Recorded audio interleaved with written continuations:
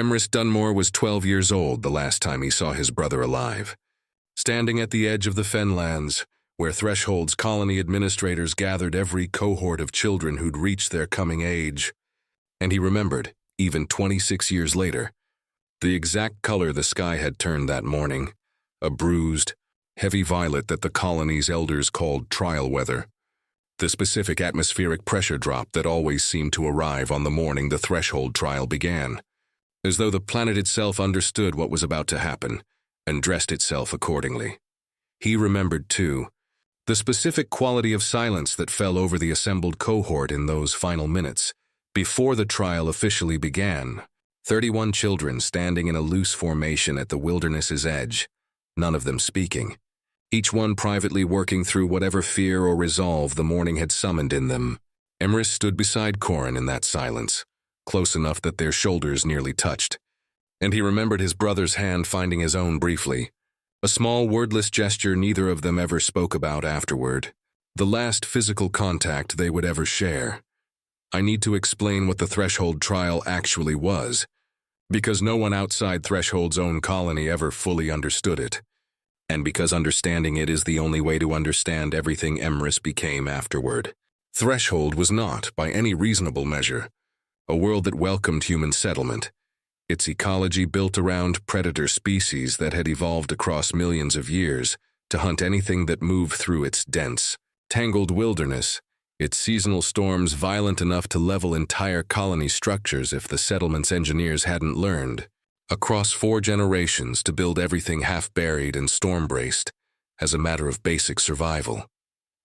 The colony had settled Threshold nearly 90 years before Emrys was born, drawn by mineral deposits valuable enough to justify the risk, and had learned within the first decade a brutal, foundational truth that shaped every custom the colony built afterward. An adult who hadn't developed the specific, instinctive survival skills the wilderness demanded didn't simply struggle on Threshold. They died quickly and permanently, the first time circumstance forced them beyond the settlement's protected perimeter. The colony's earliest years, before the trial's formal establishment, had cost the original settlers a considerably higher mortality rate than even the trial's own grim statistics ever reached. Entire families lost to a wilderness they hadn't yet learned to properly read, and it was out of that original, catastrophic mortality that the colony's founding generation had eventually developed the trial as a deliberate, considered response, a decision Emrys had studied as an adult in the settlement's own carefully preserved historical records, understanding, through that study, exactly how much genuine anguish had gone into the original elders' decision to formalize a practice that would, going forward, deliberately expose every subsequent generation of children to a controlled, monitored version of the same danger that had once claimed their parents and grandparents almost entirely at random. The Threshold trial emerged from that brutal truth. Not as cruelty exactly, though I understand why anyone hearing about it for the first time struggles to see it as anything else, but as the colony's own desperate, evolved response to an environment that offered no gentler alternative. Every child on Threshold, upon reaching 12 years old, was sent alone into the wilderness beyond the settlement's perimeter for a period of 14 days, carrying only minimal supplies and the accumulated survival training the colony had spent their entire childhood drilling into them, understanding, implicitly, that the trial's purpose wasn't punishment but a brutal, unavoidable sorting, a way of determining, before adulthood made the stakes permanently higher, which children possessed the instincts necessary to survive Threshold's wilderness, and which did not. The colony's children spent years preparing for that single trial, training that began in earnest around age 8, elders and parents alike drilling foraging knowledge, shelter construction, predator avoidance, and basic wilderness first aid into every child, with a thoroughness that left almost nothing to chance beyond the wilderness's own inherent, irreducible unpredictability. Emrys remembered those years of preparation vividly. Long afternoons spent memorizing the specific silhouettes of Threshold's most dangerous predator species. Practical drills in shelter building conducted in every kind of weather the colony's climate could produce, and a specific constant undercurrent of dread that grew, year by year, as his own coming age approached. a dread every child on Threshold carried privately, understanding long before they ever entered the Fenlands themselves exactly what statistical odds awaited them. Roughly 1 in 3 children who entered the Fenlands each year didn't return, a statistic the colony's elders recited to each new cohort with a grim, unflinching honesty that Emrys understood. Even at 12 was itself a kind of mercy, however brutal. Better than sending children into an unforgiving world without full understanding of exactly what they faced. The elder who delivered that statistic to Emrys's own cohort, an aged, weathered woman named Varric Thane, who had overseen nearly 40 years of Threshold trials by that point, told them, in words Emrys never forgot, that the colony didn't ask this of its children because it valued them any less than parents anywhere else in the galaxy valued their own, but precisely because it valued them enough to refuse the crueler alternative, sending them into adulthood unprepared for a world that would kill them regardless. Only later, and with considerably less mercy in how it did so, Emrys and his twin brother, Corin, entered the Fenlands together that violet-skied morning, technically separate trials conducted simultaneously in the same general wilderness expanse. The colony's custom permitting siblings to begin from the same point before the wilderness itself inevitably separated them within the first few hours. I want to describe what those 14 days actually felt like, because the version of this story people usually imagine, some clean, dramatic wilderness survival adventure, bears almost no resemblance to the exhausting, terrifying, mundane reality of it. Emrys spent those 14 days in a state of near constant vigilance that left him, by the trial's end, thinner and more hollowed out than he'd known a body could become while still functioning.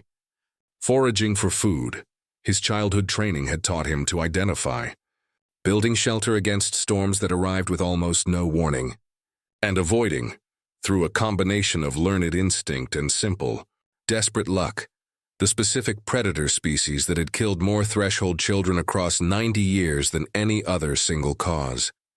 The first week passed in a grinding, exhausting rhythm that left little room for anything beyond the immediate, practical demands of survival. And Emrys remembered it now mostly as a blur of specific, isolated sensations. The ache of hunger his rationed foraging never fully addressed. The particular exhaustion of building and rebuilding shelter against storms that seemed to specifically target whatever structure he'd most recently completed. An almost constant low-grade fear that never fully released its grip regardless of how many hours passed without direct danger presenting itself. He thought about Corin often during that first week, wondering whether his brother's own trial was unfolding somewhere nearby with similar difficulty, and finding, in that shared uncertainty, a strange, distant comfort. The knowledge that whatever he was enduring, someone he loved was enduring something parallel to it, even if neither of them could offer the other any direct support. The second week brought a genuine, close encounter with one of the wilderness's apex predators, a creature the colony called a rendcat, for the specific, brutal way it dispatched larger prey, that Emrys survived only through a combination of frozen,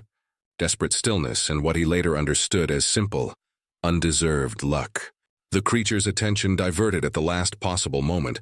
by some other movement in the underbrush that Emrys never fully identified. He remembered lying motionless for nearly 20 minutes after that encounter, unable to move even once the immediate danger had clearly passed, his entire body locked in a fear response that took considerably longer to release than the actual threat had lasted. He found Corin's trail marker on the 11th day, a small, deliberate arrangement of stones his brother had learned, same as Emrys had, to leave as a way of marking safe passage for whoever might follow, and something in the marker's specific placement, hurried and imprecise in a way Corin's careful nature never usually allowed, told Emrys with a cold, immediate dread that something had gone badly wrong.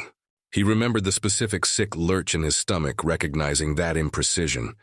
Corin's markers, always deliberate and carefully placed in every previous instance Emrys had encountered, across the trial's first 10 days, and he abandoned his own careful, methodical pace immediately, moving with a speed that his training explicitly warned against, understanding, even as he did it, that whatever caution the wilderness demanded had suddenly become secondary to a need he couldn't fully articulate beyond simple, desperate urgency. He found his brother's body 2 hours later, at the base of a ravine Corin had clearly fallen into during what looked, from the scattered signs Emrys's own training let him read, like a desperate flight from something considerably faster than either of them. I remember even now the specific quality of light in that ravine, the way the afternoon sun filtered through the canopy above in scattered, fragmented patches that fell across Corin's still form, in a pattern Emrys would recognize, involuntarily, for the rest of his life whenever similar light conditions presented themselves in any entirely unrelated context. He climbed down into that ravine with a desperate, futile hope that some part of him understood, even as he moved, was already too late to matter and confirmed. Within seconds of reaching his brother's side, exactly what the trail marker's imprecision had already warned him to expect. He sat with Corin's body for the better part of that afternoon, understanding even through his own devastating grief that the trial's rules offered no mechanism for carrying a body back to the settlement, that Threshold's wilderness simply reclaimed what it took, and that his own survival, if he wanted it, required him to leave his brother where he'd fallen and continue toward the settlement's perimeter alone. He talked to Corin during those hours quietly, saying things he'd never said aloud to his brother while he was alive, small, ordinary regrets and affections that suddenly felt urgently important to voice, now that the opportunity to say them any other way had permanently closed. And he understood, even as he spoke into that silent ravine, that this particular grief was going to shape every remaining year of his life in ways he couldn't yet fully anticipate. I don't think there's a version of that decision that doesn't sound, from outside Threshold's specific culture, like an unbearable cruelty, and I won't pretend Emrys ever fully made peace with it, even 26 years later. He left Corin's body in that ravine, marked the location as precisely as his training allowed, for a burial party the settlement would eventually send once the trial period concluded, and walked the remaining 3 days back to the settlement's perimeter, carrying a grief that never, across the following decades, fully released its grip on him. Those final 3 days remained, in his memory, a specific kind of numb mechanical endurance, his body continuing the trial's required tasks, foraging, shelter building, careful navigation, while some essential part of him had simply stopped fully engaging with any of it, operating on training and habit alone, while his actual conscious attention remained locked somewhere back in that ravine. The colony's elders received his return with the same grim, practiced solemnity they extended to every surviving child who'd lost a sibling during the same trial, specific ritual acknowledgement that made space for grief without ever suggesting the trial's fundamental necessity should be questioned. And Emrys understood, standing before those elders at 12 years old, exactly what kind of world he'd been born into, one that loved its children fiercely and killed a third of them anyway. Understanding both truths as equally permanently real rather than contradictory, Varric Thane herself led the burial party that recovered Corin's body from the ravine 3 days later. And she told Emrys once the burial itself was complete, something he carried with him for the rest of his life, that his brother's death didn't diminish the value of what Emrys himself had survived, that both truths, the loss and the survival, deserved to be honored fully and separately rather than allowing one to overshadow the other. A specific piece of wisdom that took him considerably, longer than a single conversation, to fully absorb, but that eventually became one of the foundational understandings he carried into every subsequent year of his life. He grew, across the following years, into exactly the kind of adult Threshold's brutal filtering process was designed to produce: disciplined, watchful, possessed of an instinctive relationship to danger that outsiders often mistook for coldness, rather than the specific, hard-won competence it actually represented. He served through his 20s as one of the settlement's own perimeter guards, protecting younger cohorts during their own Threshold trials from a careful, respectful distance the trial's own rules permitted, close enough to intervene against a genuinely catastrophic threat, but far enough to preserve the trial's essential purpose, a role that let him honor his brother's memory in the only way Threshold's culture offered. ensuring wherever his own skill allowed that fewer children faced what Corin had faced alone. Threshold's economy, always fragile given the colony's harsh, resource-limited environment, had grown increasingly dependent, across Emrys's adult years, on a specific, unusual export the wider sector had come to value considerably: its own trial-hardened citizens, contracted out as security specialists to off-world employers who understood. In the vague, reputation-based way outsiders usually understood Threshold, that its guards carried an instinctive competence around danger that most conventional training simply couldn't replicate. Emrys accepted a contract through this system in his 38th year, driven less by any particular ambition,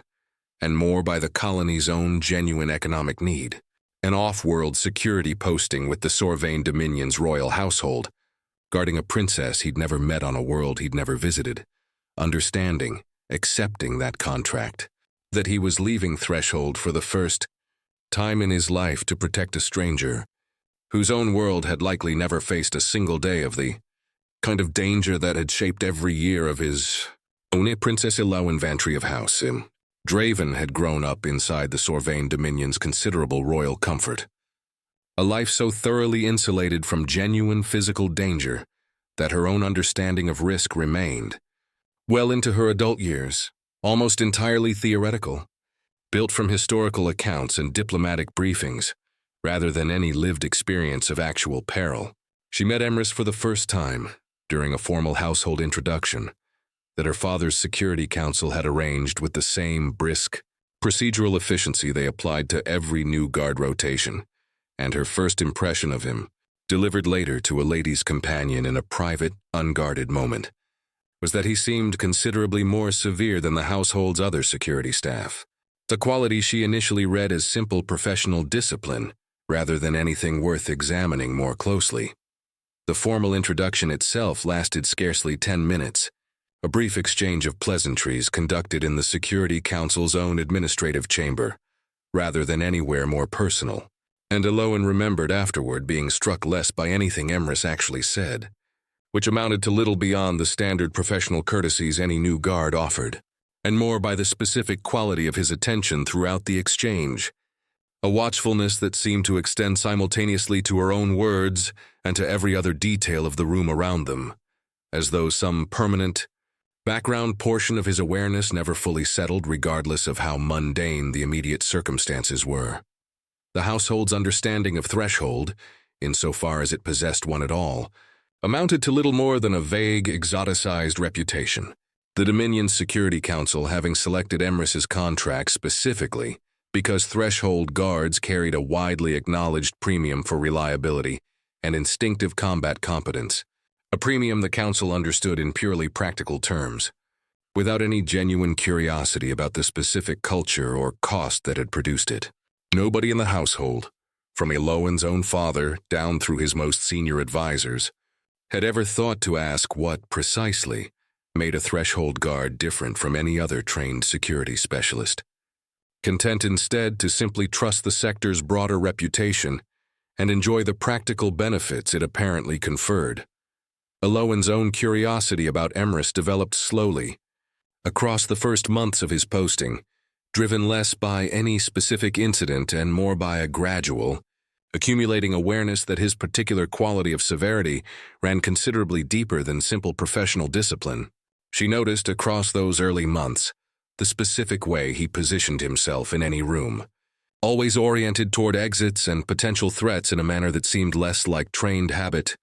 and more like an instinct so deep it had become entirely unconscious. She noticed, too, his particular relationship to risk during the ordinary, low-stakes hazards of palace life, a genuine indifference to minor injuries or discomfort that struck her. For several times she witnessed it, as almost unsettling. A man who simply didn't register pain or danger the way everyone else around her seemed to. She remembered, specifically, an incident during her second month with him as her guard, a minor stumble on a palace staircase that resulted in a small cut across his hand from an ornamental railing, an injury he addressed with such brief, unbothered efficiency that she found herself watching him simply wrap the wound and continue his duties without any further comment. feeling a specific unease she couldn't quite name at the time. She mentioned the incident to her lady's companion that evening, describing it with a kind of baffled curiosity, unable to fully articulate why a man's simple stoicism about a minor injury had struck her as significant, only that it had, somehow, felt like a small window into something considerably larger and more complicated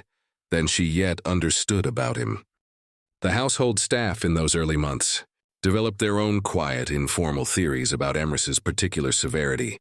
most of them settling on some version of the assumption that Threshold's guards were simply trained to a considerably harder standard than the Dominion's own security forces, a theory close enough to accurate to seem satisfying without actually approaching the specific, brutal truth underneath it. Ilawan found herself across those same months, increasingly dissatisfied with that surface-level explanation, a growing conviction that something considerably more specific than generic hard training had shaped the man now responsible for her personal safety, though she couldn't yet have articulated exactly what drove that conviction beyond a series of small, accumulating observations that individually seemed insignificant and collectively suggested something she genuinely wanted to understand. She asked him directly, during a quiet evening several months into his posting, what exactly life on Threshold had been like, a question she delivered with the careful, curious tact of someone who'd learned, across those months, that his usual reticence about personal matters required considerable patience to work around. Emrys answered her honestly, though sparingly, describing Threshold's environment in the broad, factual terms he found easiest to offer. The predator species, the violent storms, the settlement's specific engineering adaptations, careful, in that first conversation, to avoid any mention of the trial itself, a subject he'd learned, across his years of off-world contract work, that outsiders rarely understood well enough to hear without considerable distress. Ilawan's persistence, gentle but genuine, eventually drew the fuller truth from him across several more conversations spread over the following weeks, each one revealing a little more of Threshold's actual culture than the last, until she finally asked him directly what exactly Threshold's coming-of-age customs involved, having noticed by then a specific pattern in how he discussed his own childhood, careful and clipped in a way that suggested considerable pain, sitting just beneath the surface of his careful factual accounts. Emrys told her about the trial that evening, plainly and without embellishment, describing the 14 days, the wilderness, the roughly 1 in 3 children who never returned, and watched her absorb that information with an expression of genuine, unguarded horror that he'd learned across his off-world years to expect from anyone hearing about Threshold's customs for the first time. She asked him, in a voice considerably quieter than her usual composed court manner, whether he had lost anyone in his own trial, and Emrys, after a long silence he later admitted to her had cost him more effort than nearly any conversation he'd had in years, told her about Corin. He described the trail marker, the ravine, the 3 days walking back to the settlement carrying a grief the colony's culture offered no mechanism to properly express, and Ilawan, listening to that account in the quiet privacy of a palace study, neither of them ever fully described to anyone else afterward, found herself weeping in a way she hadn't expected. Grief for a stranger's decades-old loss that nonetheless landed with a specific, genuine weight she'd rarely felt for tragedies considerably closer to her own comfortable experience. She asked him, once she'd composed herself enough to speak again, why he'd never mentioned any of this before. Across the several months he'd already served as her guard, and Emrys told her honestly that he'd learned, across his years of off-world contract work, that most people who heard about Threshold's customs for the first time responded with a horror so complete it made any further genuine relationship between them considerably more difficult, the specific horror overwhelming whatever professional working rapport they'd otherwise managed to build. He told her he'd expected, on some level, that same reaction from her, and had simply decided, across their earlier conversations, that avoiding the subject entirely was easier than risking whatever damage her horror might do to a working relationship he'd come by then to genuinely value, Ilawan told him. In response, something he found himself turning over in his mind for considerably longer than the conversation itself lasted. That she understood why he'd made that choice, but that she wanted him to know she was capable of holding both truths at once. The horror at what his homeworld's culture demanded and a genuine, undiminished respect for the man that culture had produced, without either truth canceling out the other. It was, she told him, a version of exactly the wisdom Varric Thane had once offered him, about honoring both his loss and his survival separately, though Elowen had no way of knowing, in that moment, how directly her own words echoed something he'd carried with him since he was 12 years old. I think that conversation marked the actual beginning of whatever genuine understanding eventually grew between them. Elowen's earlier curiosity transforming, across the following months, into something closer to real respect, a growing awareness of exactly what specific cost had produced the quiet, watchful competence she'd initially mistaken for simple coldness. She began in the months that followed, asking him to teach her some fragment of the practical skills Threshold's culture had instilled in him, not out of any specific fear, but out of a genuine, developing curiosity about a way of understanding risk and survival that her own sheltered upbringing had never offered her any real exposure to. Emrys agreed, cautiously at first, uncertain whether teaching a princess fragments of survival training, built for a considerably harsher world than her own comfortable palace, made any practical sense, but finding, across their first several sessions, a genuine satisfaction in watching her absorb techniques with a seriousness and dedication that surprised him, given how little her own life had ever demanded such skills of her. Their training sessions, held quietly in a private courtyard away from the household's usual formal schedule, became, across the following year, a genuine point of connection between them. Elowen developing a real, if modest, competence in basic self-defense and situational awareness that neither of them expected would eventually matter as much as it ultimately did. He taught her, across those sessions, the same fundamentals Threshold's own children learned in their earliest years of preparation for the trial. How to read a room's exits and vulnerabilities without appearing to consciously do so. How to convert a moment of genuine fear into useful, focused action rather than paralysis, and a handful of specific, practical techniques for close-range self-defense that didn't require his own years of accumulated combat experience to execute effectively. She struggled in those early sessions with the specific mental discipline his training demanded, her own comfortable upbringing having never required her to genuinely confront the possibility of real physical danger, and Emrys found himself, across those months,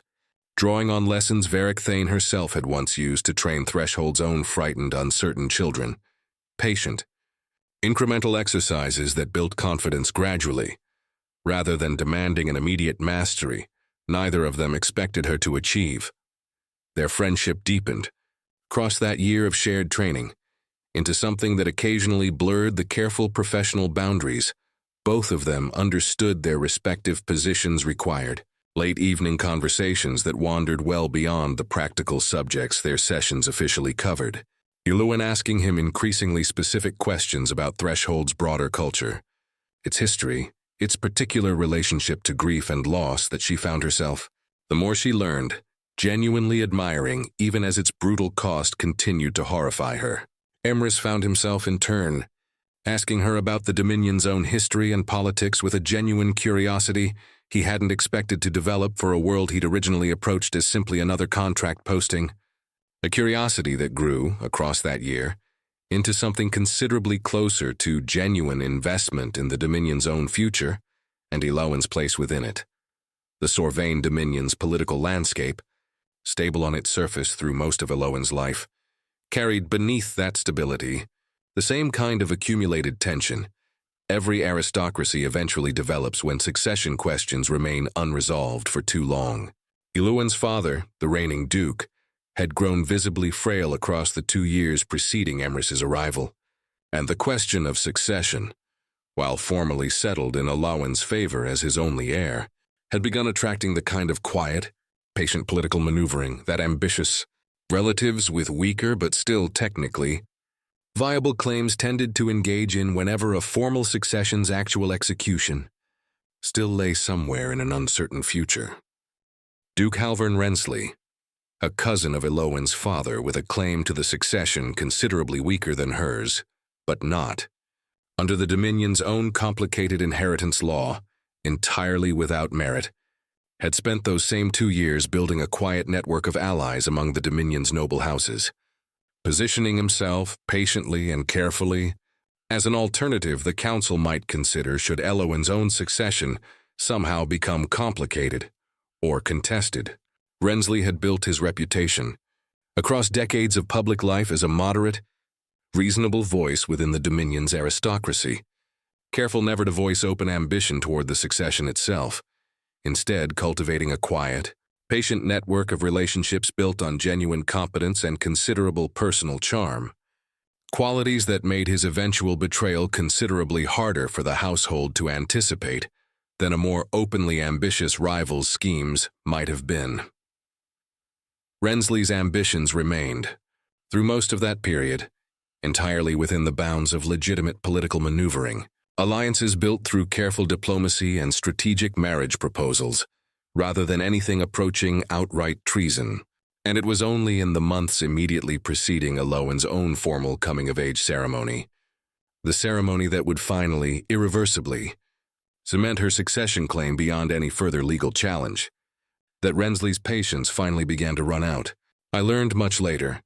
through fragments of testimony gathered during the formal inquiry that followed the ceremony's crisis,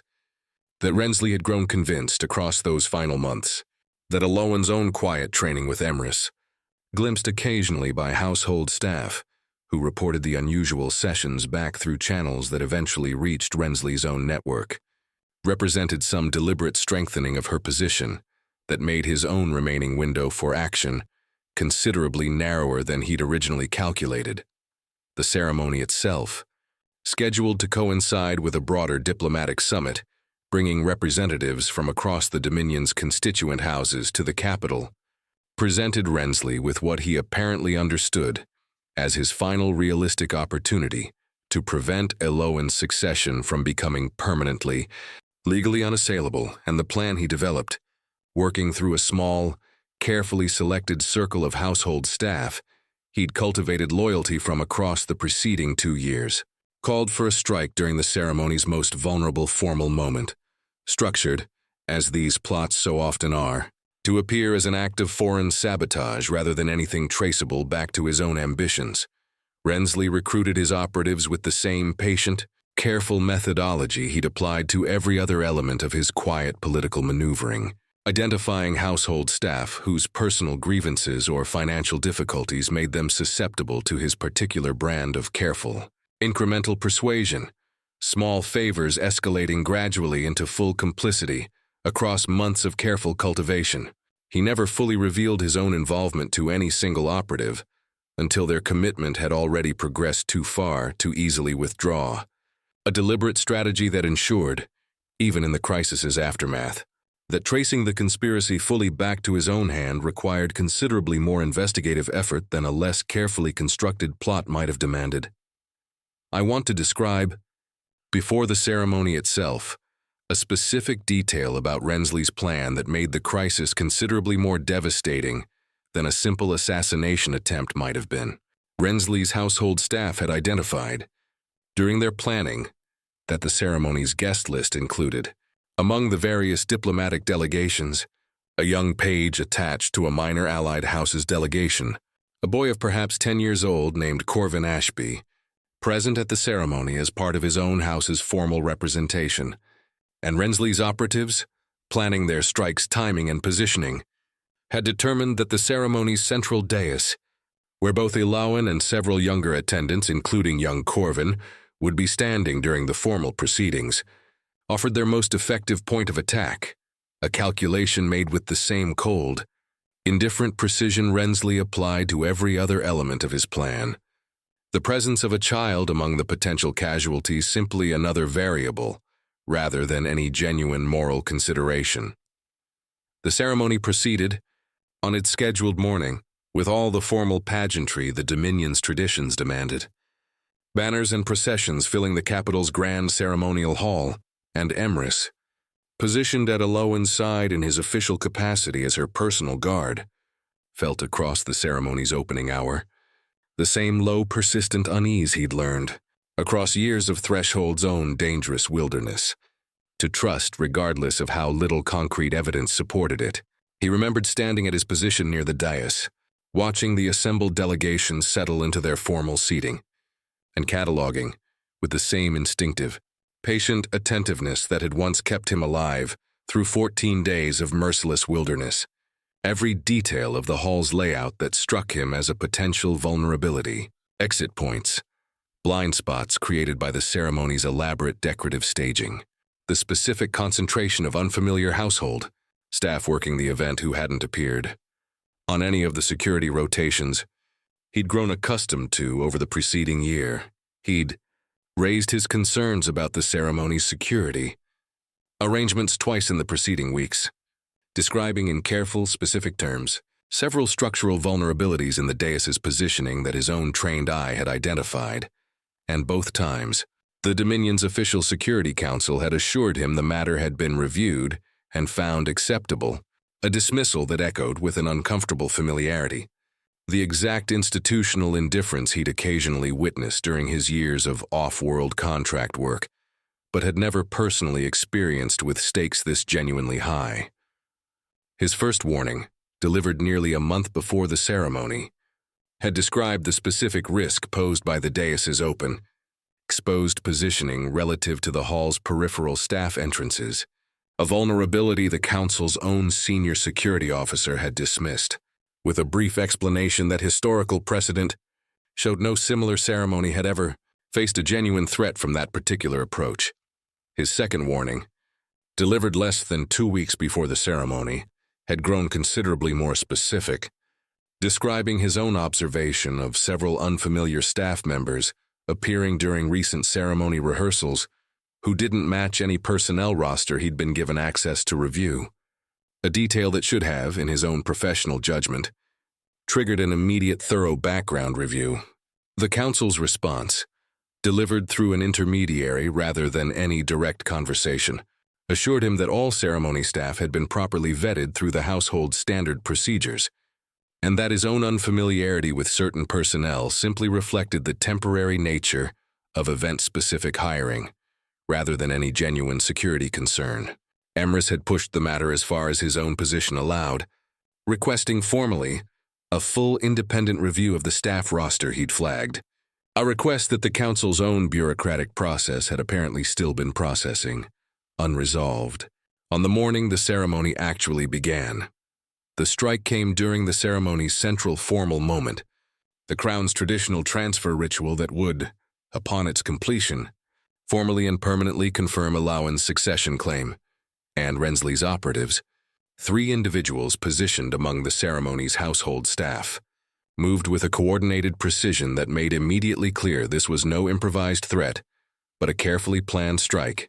executed by people who understood exactly where and when to inflict maximum, decisive damage. Emrys registered the threat within the first half-second of its actual manifestation. Years of Threshold's own instinctive vigilance translating, in that critical moment, into a reaction speed that outpaced every other person on that dais by a margin that would have seemed, to anyone who hadn't understood exactly what his childhood training had built into him, almost impossibly fast. What happened next unfolded across a span of perhaps 4 seconds, though it would occupy in Emrys's own memory a stretched, dilated span of time that felt considerably longer, the specific, terrible clarity that extreme danger had always produced in him since his own Threshold trial, a state where every detail of his surroundings arrived with an almost unbearable sharpness. He saw the nearest operative's weapon rising toward Aloan's position, the specific angle and trajectory of that motion registering with an analytical precision that felt, even in the moment, almost disconnected from the raw terror any ordinary person might have experienced witnessing the same threat. He saw in the same fractured instant young Corvin Ashby, positioned only a few meters away, directly in the path of a second operative's own weapon, a child too young and too inexperienced to understand the danger unfolding around him quickly enough to move on his own, the boy's expression carrying the specific, uncomprehending confusion of someone who hadn't yet processed that the ceremony's sudden chaos represented genuine, mortal danger rather than some unexplained disruption to the formal proceedings. I have to describe, plainly, the specific choice that moment forced on him, because it's the choice that defines everything this story is actually about. Emrys could not, in the physical space and time available to him, reach both Eloan and Corvin. His entire trained instinct, every year of his professional contract, every explicit duty his posting demanded, told him to move toward Eloan, the princess he'd been specifically hired and sworn to protect above all other considerations. And in that same fractured instant he saw, with a clarity that felt less like conscious thought, and more like something considerably older and deeper than any professional duty, his brother Corin's face 26 years gone, the specific horror of finding him too late in a ravine. His own trial's brutal rules had offered no way to prevent. He made his choice in less time than it takes to describe it, moving not toward Eloan but toward Corvin, trusting. In a decision built on months of careful training, he'd offered her specifically because some deep, unexamined instinct had told him it might someday matter. That Eloan herself now carried enough of his own hard-won competence to meet the danger closing on her, without his direct intervention. Eloan's own reaction, in that same fractured instant, drew on exactly the training Emrys had spent the preceding year quietly building into her, a specific, practiced response to a close-range threat that her months of private lessons had drilled into something closer to instinct than conscious thought. She dropped low and to the side rather than freezing, the exact motion Emrys had drilled into her dozens of times in their private courtyard sessions, avoiding the operative's first strike by a margin that would have seemed impossibly narrow to anyone unfamiliar with exactly how much practice training had shaped her body's automatic response, and drove her own knee into the operative's exposed flank with a controlled, precise force that Emrys himself had once told her, during one of their sessions, was the single most reliable technique available to someone without his own years of accumulated combat experience. The operative staggered from that strike, momentarily thrown off balance in a way his own training hadn't prepared him to expect from a target he'd assessed, in his own planning as entirely undefended, and Eloan used that brief opening to scramble clear of his immediate reach, putting a ceremonial pillar between herself and his renewed approach, while shouting an alert that carried across the hall's rapidly escalating chaos. She remembered, describing the exchange to Emrys much later, that her body had seemed to move almost entirely on its own in those critical seconds, months of drilled repetition finally proving itself in exactly the circumstances Emrys had always insisted, gently but persistently, that such training was ultimately meant to address. I want to describe what happened with Corvin plainly, because the reflex in stories like this is to make the rescue feel clean and triumphant, and it wasn't, not entirely. Emrys reached the boy with perhaps half a second to spare before the second operative's weapon would have found its mark, driving both of them clear of the strike's path with a controlled tackle that put his own body between Corvin and the weapon's discharge, taking a wound across his shoulder that would have ended most confrontations for a less determined man, and continuing forward anyway because stopping wasn't a decision his years of threshold training had ever taught him to consider once a threat remained active, and a life still hung in the balance. He disarmed the operative with a brutal, efficient strike that drew on every year of Threshold's own harsh training, the same instinctive, practiced violence that had once kept a younger version of himself alive through 14 days of merciless wilderness, a sequence of movements executed with a speed and precision that several witnesses would later describe, in their own formal testimony, as almost impossible to fully track in real time. He put the operative down hard enough that the man wouldn't rise again before the hall's official security forces finally arrived to restrain him, and turned immediately, still bleeding freely from his shoulder wound, to confirm that Corvin remained genuinely safe, finding the boy shaking but unharmed, pressed against the base of a decorative column where Emrys had deposited him during the initial tackle. The third operative, the one who'd originally targeted Eloan directly before her own trained response disrupted his approach, found himself facing a princess who, rather than the easy, undefended target his planning had assumed, met his second attempt with a controlled, effective defense that bought precious seconds until the ceremony's official security forces, finally reacting to the chaos, arrived to fully overwhelm him. Elowen took a shallow cut across her forearm in that exchange, a wound that would leave a permanent scar she would, in later years, describe to close confidants as the single most meaningful mark she carried, physical proof of exactly how thoroughly a stranger's brutal, foreign upbringing had ultimately saved her life. The combined crisis, resolved within perhaps 90 seconds of its actual initiation, left the ceremonial hall in a state of stunned, disbelieving chaos. 3 of Rensley's operatives captured or disabled, Elowen herself standing, wounded but very much alive,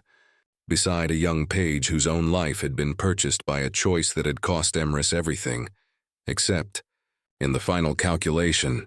the 2 lives that had actually mattered most in that impossible, fractured instant. The hall's assembled delegations, still processing the sudden, violent disruption to what had begun as a formal ceremonial morning, watched a scene unfold that none of the Dominion's careful protocol had ever anticipated needing to prepare for. Security forces securing the captured operatives, while medical staff rushed toward both Emrys's shoulder wound and Elowen's own bleeding forearm,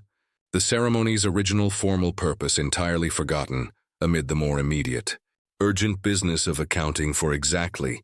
what had just happened and exactly how close it had come to a considerably more devastating outcome. I won't pretend the aftermath felt like unambiguous triumph to Emrys himself, because it didn't. He carried, in the hours and days that followed, a complicated, exhausting weight that mixed genuine relief at both Corvin's and Elowen's survival, with a specific, unresolved anguish about the choice he'd been forced to make, a choice that, had either instinct or training failed even slightly, could have cost either of them their life, while he was necessarily occupied saving the other. He spent the first night following the ceremony largely awake, his shoulder wound freshly treated and aching, replaying the fractured instant of decision over and over, searching for some alternative sequence of action he might have missed that would have let him reach both Elowen and Corvin, without requiring the impossible choice he'd ultimately made, and finding, each time, the same brutal, unavoidable conclusion that the physical space and time available to him that morning had genuinely offered no such alternative. He found himself in a quiet private audience Elowen arranged for them 2 days after the ceremony, describing to her, for the first time in full, exactly what that fractured instant had actually felt like, the image of Corrin's face arriving alongside young Corvin's danger, the specific, impossible calculus that his own homeworld's brutal culture had somehow, however painfully, prepared him to make under exactly this kind of extreme pressure. He described, too, the specific fear that had gripped him in the instant after his choice was made, moving toward Corvin while trusting, with no actual certainty, that Elowen's own training would prove sufficient against a threat he could no longer directly address, a fear he told her had felt in some strange, disorienting way, considerably worse than any danger he'd personally faced in his own threshold trial decades earlier, precisely because this time the outcome depended in part on someone else's competence rather than solely his own. Elowen listened to that account with a stillness he'd come to recognize, across their year of growing friendship, as her particular way of offering someone her full, undivided attention, and when he finished, she told him something he hadn't expected to hear,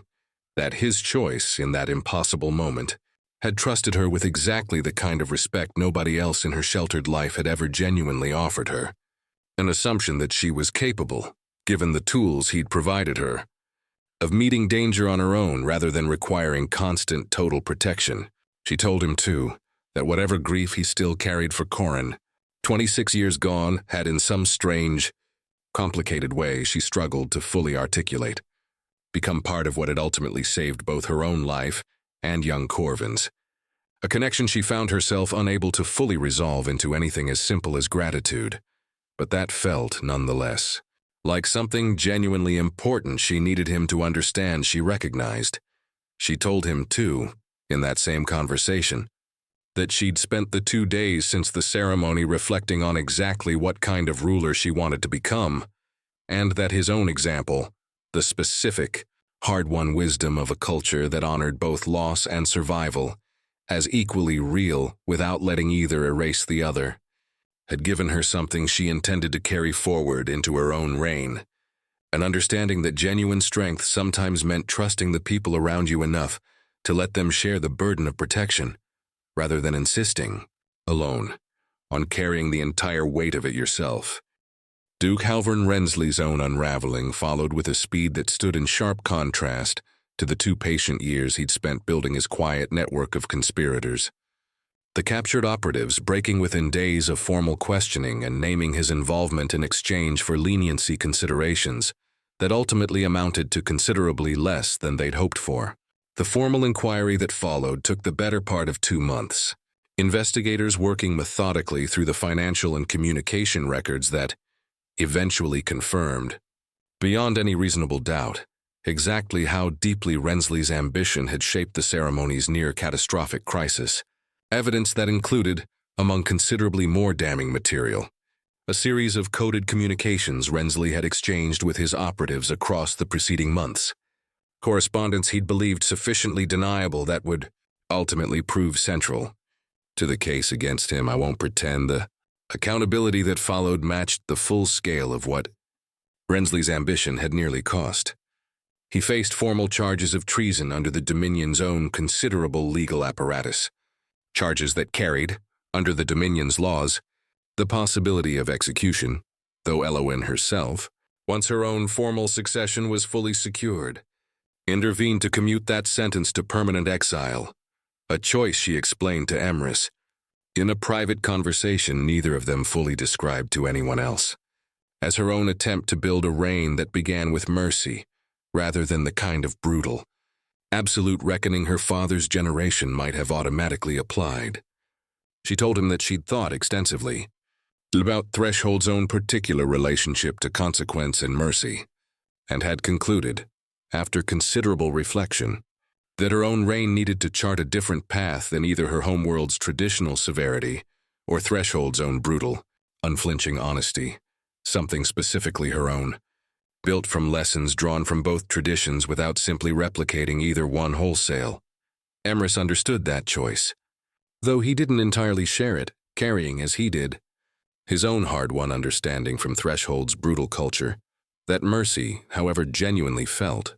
sometimes simply created space for the same danger to eventually resurface in some new, unanticipated form. He kept his reservations largely to himself, respecting that the choice belonged, correctly, to Elowyn rather than to her guard, but he made clear, in the practical recommendations he offered her security council in the weeks that followed, that Rensley's exile required considerably more careful, permanent monitoring than the council's own initial proposal suggested, a recommendation the council, having witnessed exactly how costly their earlier dismissal of his security concerns had proven, adopted without any further argument. Young Corvin Ashby recovered fully from the crisis, physically at least, though Emrys made a point, in the months that followed, of checking on the boy's well-being through careful, indirect inquiries with his household's own staff, understanding, from his own childhood experience, exactly how much quiet, ongoing support a child who'd nearly died in violence sometimes required, long after the immediate crisis itself had passed. He learned eventually that Corvin had developed a specific, earnest fascination with Threshold's own culture following the crisis, a fascination Emrys found himself, somewhat to his own surprise, willing to indulge during the handful of occasions their paths crossed again over the following years, offering the boy careful, age-appropriate fragments of a homeworld, whose full brutal reality he understood a child, considerably better protected than Threshold's own children shouldn't yet be. Asked to fully absorb, Emrys remained in his position as Elowyn's personal guard for many years following the ceremony, their working relationship deepening across that time into something considerably closer to genuine friendship than the strictly professional arrangement his original contract had specified, though both of them maintained throughout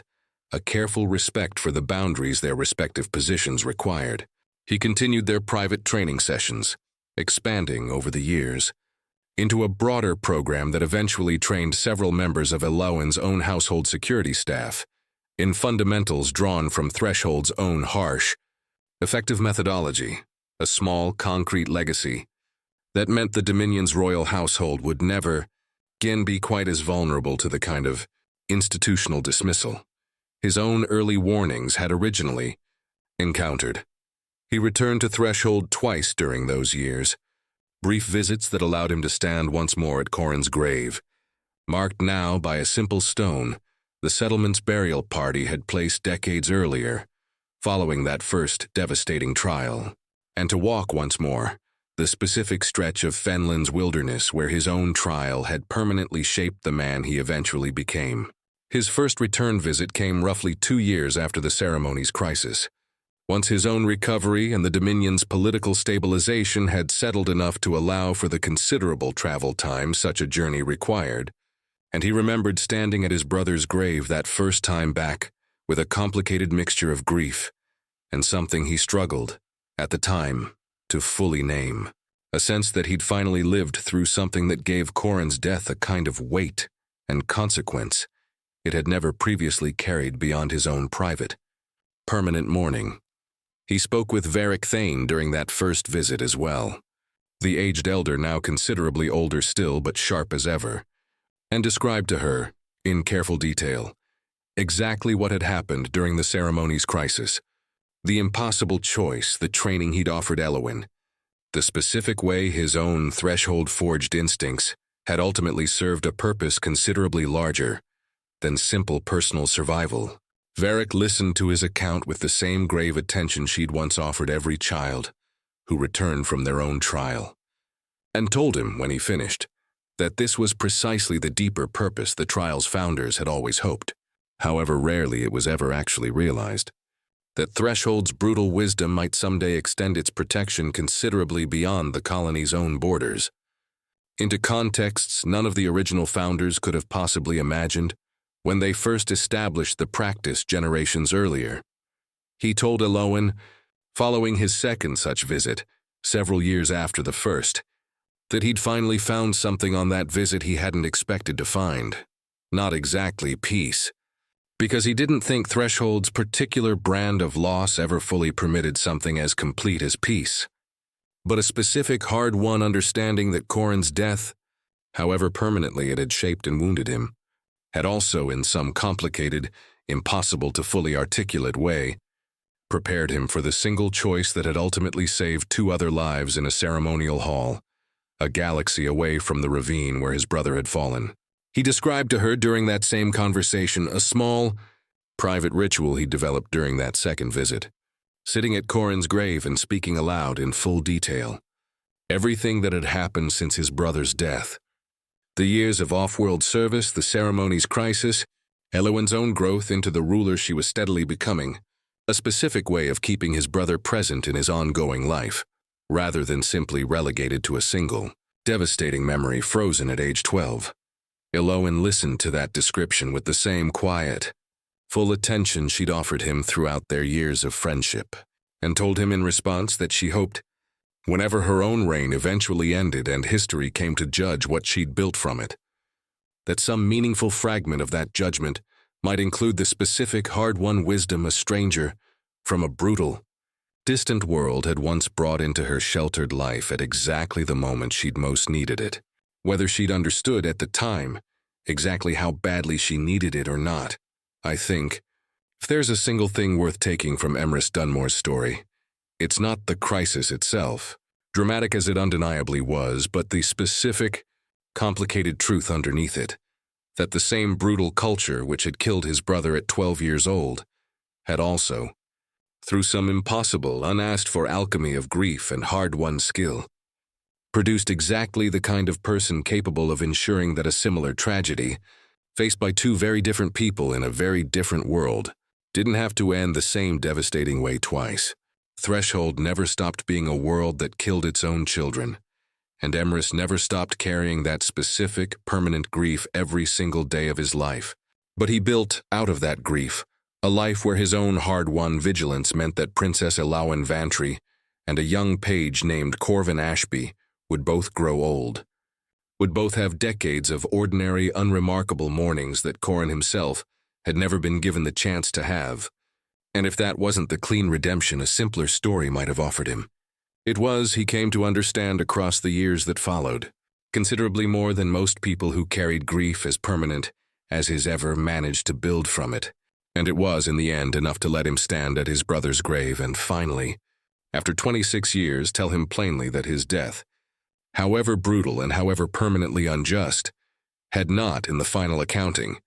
been entirely without some fragment of meaning neither of them could have possibly imagined on that violet-skied morning when they'd walked together into the Fenlands for the very last time. Elawan governed the Sorvain Dominion for many decades following her own formal succession, through crises considerably larger than a single cousin's failed ambition, and Emrys remained beside her through most of them, not as the severe, unsettling stranger the household had first met with such wary uncertainty, but as a steady, trusted presence whose particular quality of watchfulness the entire royal household had come, over years, to understand and genuinely value rather than simply tolerate as an unfamiliar cultural quirk. He never fully explained Threshold's full brutal reality to anyone beyond Elawan herself, understanding from years of careful observation that most people simply lacked the lived context necessary to absorb it, without either recoiling in a horror that missed the culture's genuine, hard-won dignity, or romanticizing it into something considerably cleaner and more heroic than the actual grinding, permanent grief it demanded of everyone who survived it. When historians eventually asked him, late in his long life of service, what exactly had prepared him for the single most consequential choice of his entire career, he told them, plainly. The same thing he'd once told Elowen in that quiet private audience 2 days after the ceremony that changed both their lives permanently.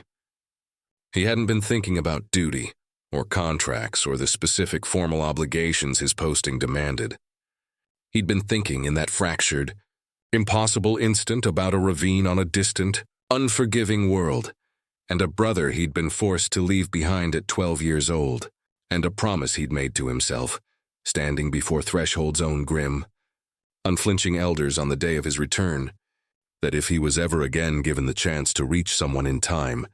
he would take it regardless of whatever else that choice might cost him. He had been given that chance decades later, in a ceremonial hall a galaxy away from the Fenlands, and he had taken it.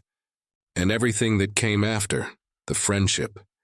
the years of service, the specific hard-won peace he eventually found standing once more at his brother's grave, was simply what happened to a life once you'd already learned, at the most devastating possible cost, exactly what it meant to arrive too late for someone you loved, and had decided with everything left in you